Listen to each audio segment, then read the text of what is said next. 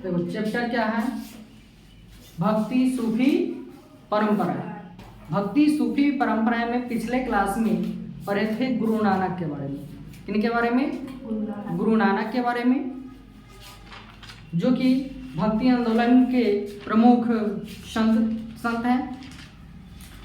और आगे बढ़ते हैं, जो संत हैं वो है श्रीमद वल्लभाचार्य, श्रीमद वल्लभाचार्य। तो ध्यान दीजिए, श्रीमद वल्लभाचार्य का जन्म 1479 ईस्वी में कब हुआ? 1479 ईस्वी में चंपारण ने वाराणसी में हुआ था। कहाँ जन्म हुआ? चंपारण ने वाराणसी में हुआ था। कब हुआ था? तो 1479 ईस्वी में, 69 नहीं है, 79। 1479 ईस्वी में चंपारण ने वाराणसी में हुआ था। श्रीमद वल्लभाचार्य के पिता का नाम लक्ष्मण भट्ट था। श्रीमद वल्लभाचार्य के पिता का नाम क्या था? लक्ष्मण भट्ट। माता का नाम यलमगरू,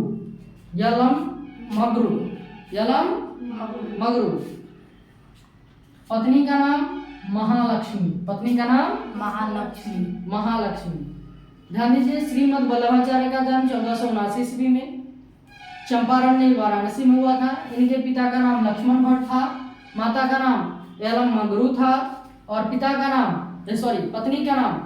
का नाम महालक्ष्मी के साथ इनका विवाह हुआ था। इनके 2 पुत्र हुए, महालक्ष्मी से 2 पुत्र हुए, एक गोपीनाथ और दूसरा विठलनाथ। गोपीनाथ और विठलनाथ। गोपीनाथ का जन्म हुआ था कब? 1511 ईस्वी। गोपीनाथ का जन्म कब हुआ था? 1511 ईस्वी में और विठलनाथ का 1516 ईस्वी में। अब ध्यान दीजिए, किन्होंने श्रीमद वल्लभाचार्य ने, इन्होंने गंगा यमुना संगम के समीप अरैल नामक स्थान पर, किस नामक स्थान पर याद रखिएगा, कौन सा जगह है? अरैल नामक स्थान पर अपना निवास स्थान बनाया। तो पूछ दिया जाए, अरैल बनारस में ही है, यूपी में। पूछ देगा कि श्रीमद वल्लभाचार्य ने अपना निवास स्थान किसे बनाया? अरैल को। किसको? अरैल को। अब ध्यान दीजिए, इन्होंने भक्ति को मोक्ष का साधन बताया। इन्होंने भक्ति को मोक्ष का साधन बताया, यानी भक्ति करने से ही मोक्ष प्राप्ति होती है, ऐसा इन्होंने बताया। इनके भक्ति मार्ग को पुष्टि मार्ग कहा जाता है। श्रीमद वल्लभाचार्य के भक्ति मार्ग को क्या कहा जाता है? पुष्टि मार्ग। पूछ दिया जाता है, पुष्टि मार्ग की रचना किसने की? तो श्रीमद वल्लभाचार्य ने। श्रीमद वल्लभाचार्य ने क्या किया? पुष्टि मार्ग की रचना की। और ध्यान दीजिए, सूरदास वल्लभाचार्य के शिष्य थे। वल्लभाचार्य के शिष्य कौन थे? सूरदास। वल्लभाचार्य के शिष्य कौन थे? सूरदास वल्लभाचार्य के शिष्य थे।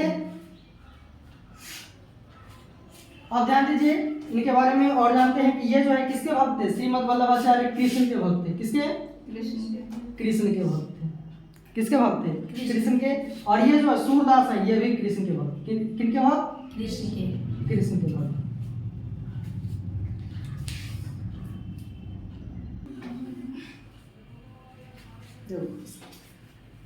इनके बारे में पढ़ रहे हैं, श्रीमद वल्लभाचार्य के बारे में।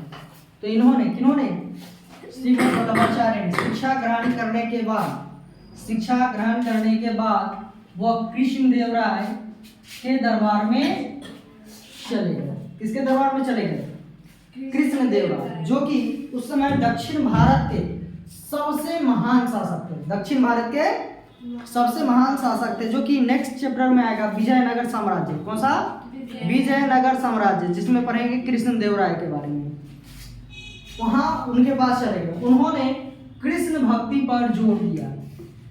श्रीमद वल्लभाचार्य ने किस भक्ति पर जोर दिया? कृष्ण भक्ति। यानी वे किसके भक्त थे? कृष्ण के भक्त थे। उन्होंने मोक्ष के 3 साधन बताए हैं। वैसे मोक्ष के उन्होंने साधन कौन सा बताया था? भक्ति। मोक्ष का साधन कौन सा बताया है? भक्ति। उसमें और 2 था, तो कुल मिलाकर 3 साधन बताए हैं, कर्म, ज्ञान तथा भक्ति, जो कि मुख्य रूप से क्या है? भक्ति है। तो यदि पूछ दिया जाए कि कितने साधन बताए हैं, तो कर्म 3 बताए हैं, कर्म, ज्ञान और भक्ति। लेकिन पूछ दिया जाए कि उन्होंने मोक्ष का साधन बताया है, तो किसको? भक्ति। ध्यान दीजिए, उन्होंने संस्कृत में 17 ग्रंथों की रचना की। इन्होंने श्रीमद् वल्लभाचार्य ने संस्कृत में कितने ग्रंथों की रचना की? 17 ग्रंथों की रचना की है। वल्लभाचार्य को पुष्टि मार्ग का जहाज कहा जाता है। वल्लभाचार्य को क्या कहा जाता है? पुष्टि मार्ग का जहाज कहा जाता है। पूछ दिया जाए कि पुष्टि मार्ग का जहाज किन्हें कहा जाता है? श्रीमद् वल्लभाचार्य को। श्रीमद् वल्लभाचार्य को। उनके दर्शन मत को शुद्ध अद्वैतवाद कहा जाता है। तो शुद्ध अद्वैतवाद के प्रतिपादक कौन? शुद्ध अद्वैतवाद के प्रतिपादक कौन है? श्रीमद् वल्लभाचार्य। या पूछ दे कि शुद्ध अद्वैतवाद दर्शन के संस्थापक किन्हें कहा जाता है? तो श्रीमद् वल्लभाचार्य। या पूछ दिया जाए कि श्रीमद् वल्लभाचार्य के दर्शन मत को कहा जाता है शुद्ध अद्वैतवाद। अब ध्यान दीजिए, उनकी मृत्यु के बाद, इनकी मृत्यु के बाद, श्रीमद् वल्लभाचार्य की मृत्यु के बाद भक्ति आंदोलन 2 धाराओं में विभाजित हो गया, 2 भागों में बट गया भक्ति आंदोलन। एक राम भक्ति और दूसरा कृष्ण भक्ति। किनकी मृत्यु के बाद? तो श्रीमद् वल्लभाचार्य की मृत्यु के बाद भक्ति आंदोलन 2 भागों में बट गया। कौन कौन से? राम भक्ति और कृष्ण भक्ति।